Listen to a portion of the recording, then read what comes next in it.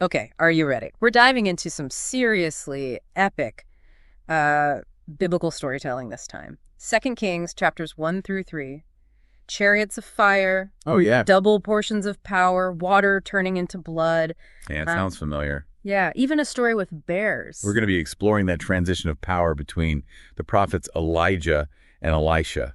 It's a story of legacy, faith, and It is. it's set against a backdrop of political upheaval. You shared some fascinating sources on all this, and I'm super excited to unpack how these ancient stories still resonate with us even today. What's fascinating is how these stories are kind of interwoven with political intrigue. We're starting right after King Ahab's death, and Moab is rebelling against Israel.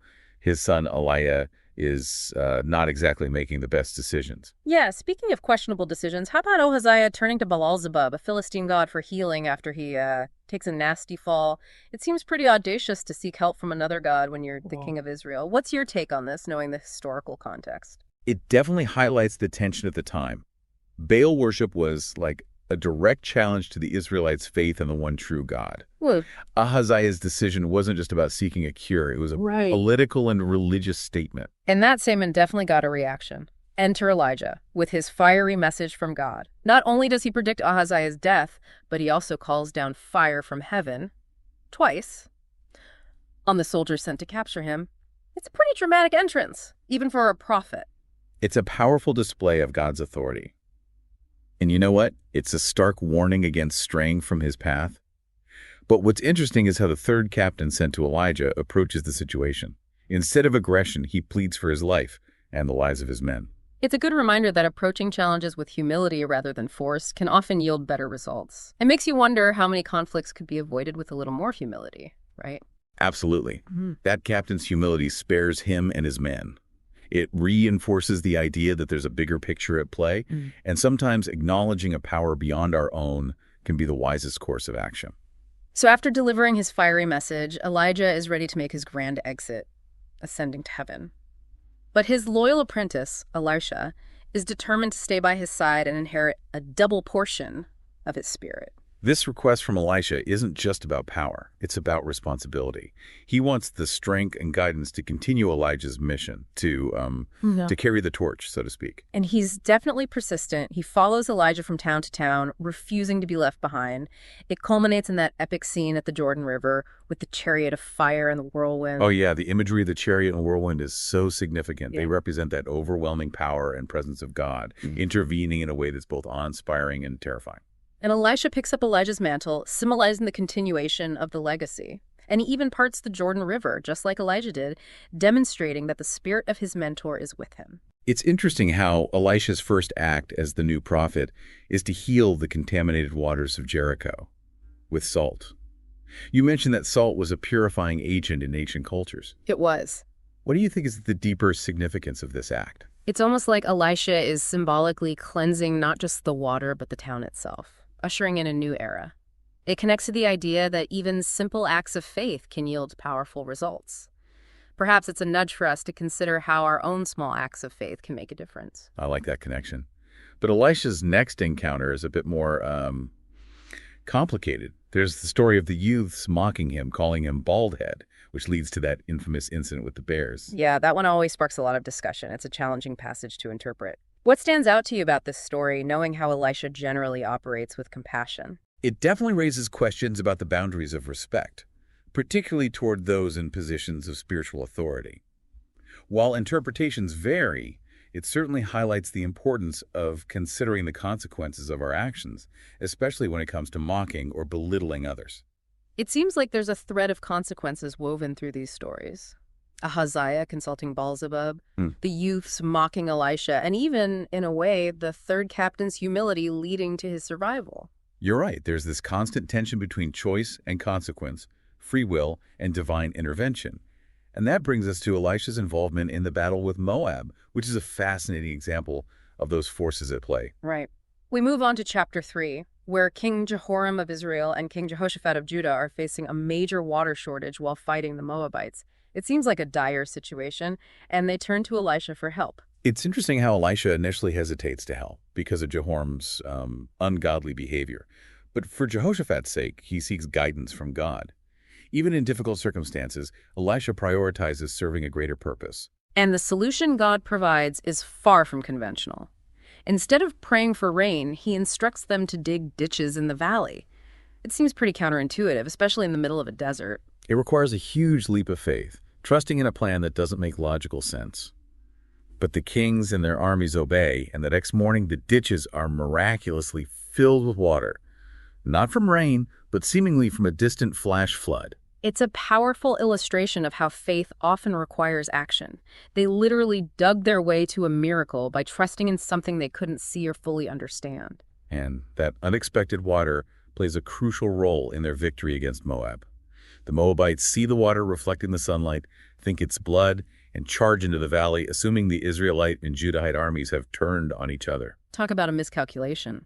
A trick of the light orchestrated by divine intervention leads to their downfall. It's a reminder that God can work in ways we can't predict. Sometimes the path to victory is paved with what initially seems like illogical actions or even setbacks. So we've got fire from heaven, a double portion of power, chariots, bears, and now a strategic victory in the desert. It's a lot to process. What are some of the key themes that are emerging for you from these chapters? What's striking is how these stories highlight the interplay of mentorship, legacy, and faith. We see the consequences of seeking guidance from the wrong sources, the importance of continuing the work of those who came before us, and the surprising ways in which faith can manifest, even amidst political turmoil and personal challenges. What's resonating with you so far?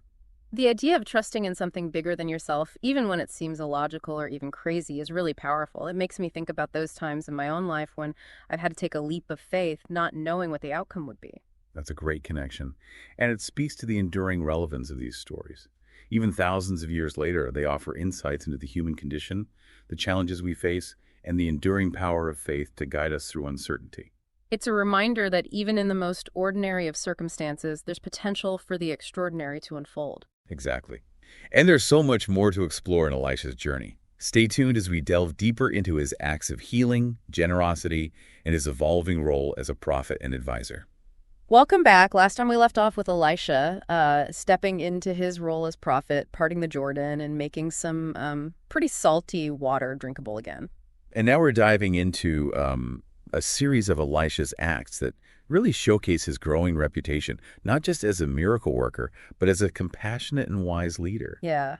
It's amazing how these stories shift from grand displays of power, like calling down fire from heaven, to these smaller, more personal miracles. Take, for example, the story of the lost axe head. It seems almost mundane compared to parting a river. What's fascinating here is that it's in these seemingly ordinary miracles that we can find profound meaning. A group of prophets is building a new dwelling, and one of them loses an axe head, that he had borrowed. Oh, right. He's distraught, and Elisha just makes it float to the surface. It almost makes you chuckle, right? But when you think about it, that axe head represents something crucial to that prophet's livelihood. It's a reminder that God cares about even the smallest details of our lives. Exactly. It's not just about the object itself, but the relief and restoration it brings. What are your thoughts on the symbolism of the axe head being lost in the river and then brought back up? Well, you could say it's a metaphor for how we lose things in life, opportunities, relationships, even parts of ourselves, and how faith can help us recover what we thought was gone forever. I love that interpretation. Yeah. It speaks to the power of belief to restore and renew. Now, this theme of restoration takes on a whole new meaning in the story of the Shunammite woman.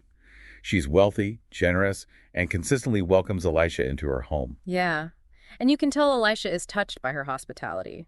He even tries to offer her a favor with the king or the army, but she declines, says she's content with her life among her people.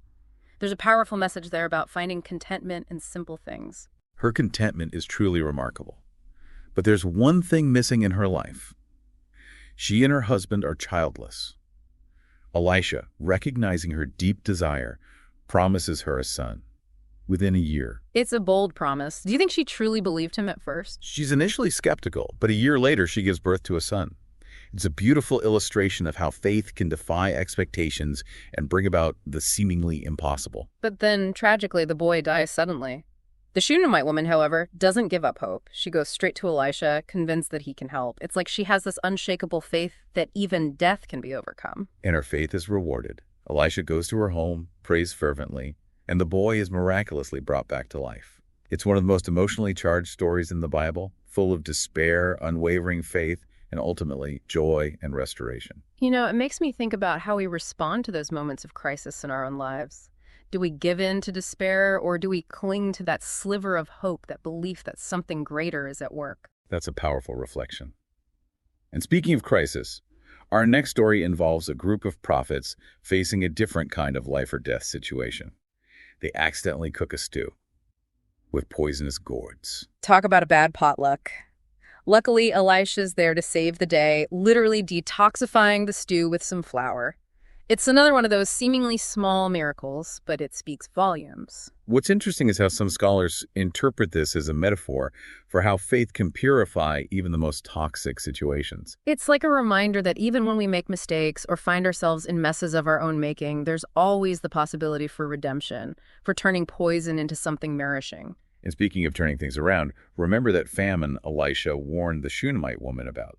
Well, she heeds his warning, spends 7 years living among the Philistines, and when she returns home, she discovers her land has been seized. Oh, I was so worried for her. She'd already been through so much, but of course there's another twist. It's quite a coincidence that as she's pleading her case to the king, Gehazi happens to be there, recounting Elisha's miracles, including the story of her son's resurrection. The timing is impeccable. It seems like divine providence is orchestrating these events. What happens next? The king is so moved by the story that he immediately orders her land to be returned, along with all the proceeds it generated while she was away. Talk about a happy ending. It's a beautiful illustration of how kindness and generosity can come full circle. Elisha's act of warning her about the famine ultimately led to her being rewarded beyond what she could have imagined. It's like a ripple effect of goodness, reminding us that our actions, however small, can have far-reaching consequences. Now, before we move on to the final chapter of Elisha's life, we have to talk about his role in the ongoing conflict with the Arameans. This is where his prophetic gifts take on a strategic dimension. I'm picturing him like a divine intelligence agent, constantly thwarting the Aramean king's plans by revealing his secret strategies. Precisely. The Aramean king is furious, convinced there's a traitor in his midst.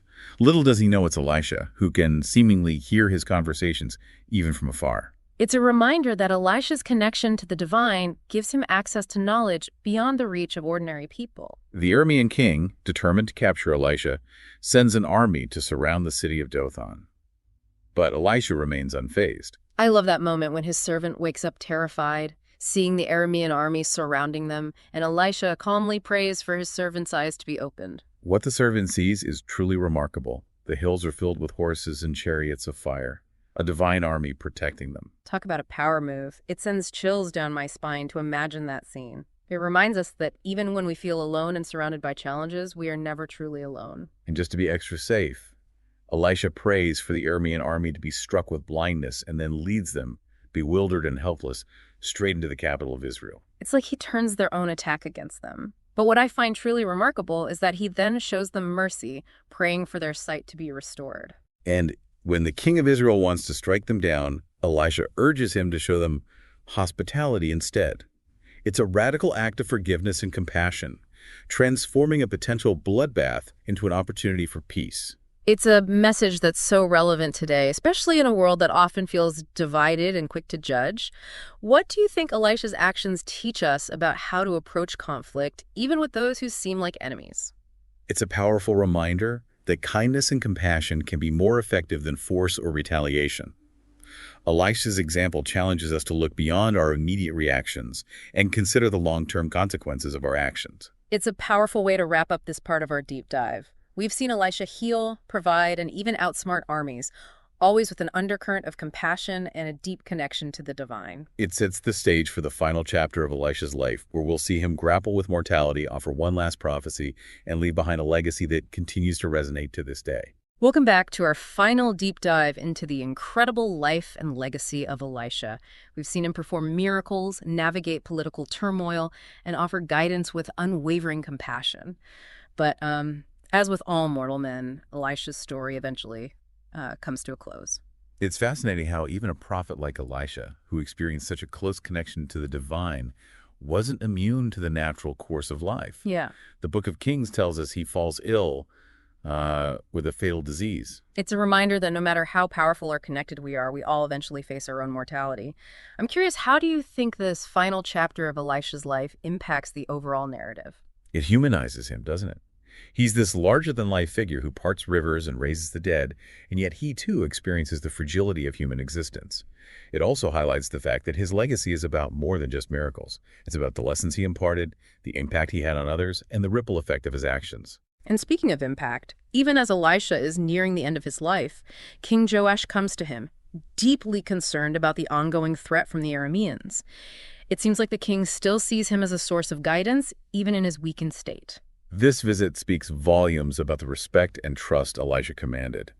He's on his deathbed, yet the king seeks his counsel.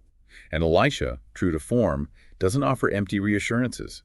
He instructs the king to take a bow and arrows and shoot them out the window. That's a pretty powerful symbolic gesture. It's like Elisha saying, even in the face of death, we don't back down. We face our challenges head on. What's your interpretation of this symbolic act? It's a declaration of defiance, a statement that even though Elisha's physical strength is fading, the spirit of resistance, of faith, remains strong. And then he tells the king to strike the ground with the arrows, representing the victories Israel will have over the Arameans. It's almost like a military fortune cookie. But there's a twist, right? The king only strikes the ground 3 times. Yeah. And Elisha's displeased.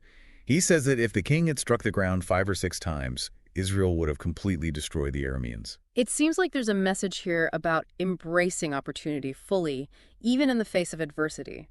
The king's hesitation, his lack of enthusiasm, limits the potential for complete victory. It's a reminder that faith and action go hand in hand.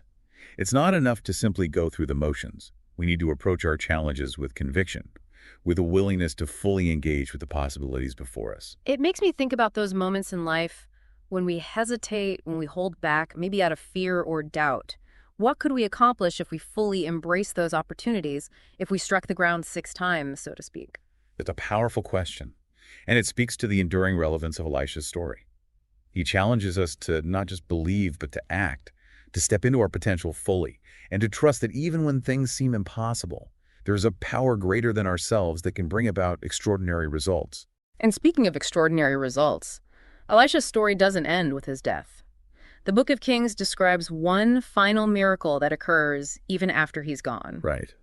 Some men are burying another man when they spot some Moabite raiders, and in a moment of panic, they throw the body into Elisha's tomb. Talk about an unconventional burial. What happens next? As soon as the dead man touches Elisha's bones, he comes back to life. It's like the power of Elisha, his connection to the divine, extends even beyond his physical presence. It's almost poetic, isn't it? It's a testament to the enduring nature of his legacy, the ripple effect of a life lived in service to something greater. It's a reminder that even in death, our actions, our beliefs, our very essence can continue to inspire and impact the world around us. It's a beautiful way to think about the impact we have on others. So as we wrap up this deep dive into the life and times of the prophets Elijah and Elisha, what are your final thoughts on what we can learn from Elisha's life, his miracles, his challenges, and his enduring legacy? Elisha's journey was full of complexities and contradictions, just like life itself. But through it all, he demonstrated unwavering faith, extraordinary compassion, and a deep understanding of human nature. He taught us that leadership isn't just about power or miracles. It's about service, mentorship, and using your gifts to make a positive difference in the world. It's been incredible to explore these stories with you and to connect them to our own experiences. I'm walking away with a renewed sense of wonder, a reminder that even in a world that often feels ordinary, there's always potential for something extraordinary to unfold. And that even thousands of years later, these ancient narratives still hold valuable lessons for us, reminding us of the power of faith, the importance of mentorship, and the enduring impact of our actions, big and small. So to our listeners, as you continue your own journey, remember to embrace those leaps of faith, seek wise counsel, and strive to leave a legacy of kindness and compassion, knowing that even in the face of challenges, there's always hope and always the potential for something truly remarkable to emerge.